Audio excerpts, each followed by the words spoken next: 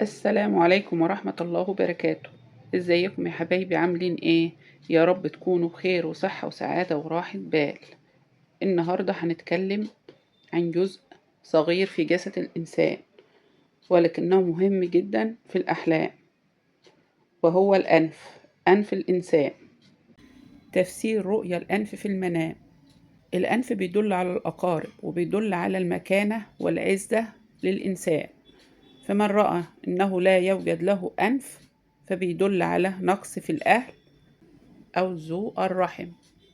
ومن رأى كأنه له أنفين وكانت زوجته حامل فإنها تنجب ولد جميل بإذن الله وهيفرحوا بيه.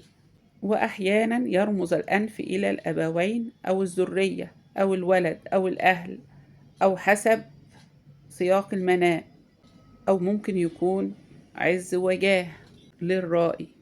ومن رأى كأنه له خرطوم بدل الأنف فبتدل الرؤية على الحسب القوي والنسب القوي والعز والجاه، رؤية محمودة يعني.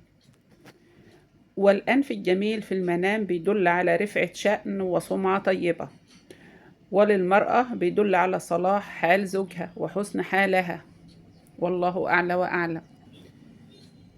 أما من رأى له أنف كبير فبيدل على عز ورفعة ومكانة، وأحيانا بيدل على التكبر والغرور.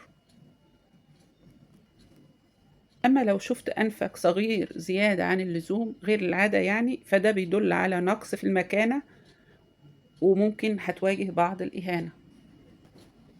ومن الرؤى المهمة للأنف فهي خروج الدم من الأنف. لو خرج دم من الأنف وحسيت بريحة فده زوال هموم ومتاعب وفرح قريب. أما لو كان كتير ومؤلم فهو خسارة وتعب. هنتكلم عن انسداد الأنف في المنام، فهو بيدل على ضيق أو مشاكل، وأحيانا بيدل على التعطيل في الرزق. ومن الرؤى المحمودة والحلوة في المنام شم رائحة طيبة من الأنف، فبتدل على سيرة وسمعة طيبة، وأحيانا ترمز إلى الأخبار السارة والرزق الحلال القادم إليك والعمل الطيب. أما شم رائحة كريهة من الأنف فبتدل على سيرة وسمعة غير طيبة، وتحذير من الذنوب والمعاصي. ممكن تدل على إنك مصاحب ناس سيئين السمعة أو أصدقاء السوء. لسه حبايبي فيه رموز كتير على الأنف، لو انت استفدت اكتبوا في التعليقات، ولو حابين نكمل مع بعض باقي التفسيرات اكتب تعليق أو ابعت قلب. وما تنسوش يا حبايبي الاشتراك واللايك والشير عشان يوصلكم كل جديد. السلام عليكم ورحمة الله وبركاته.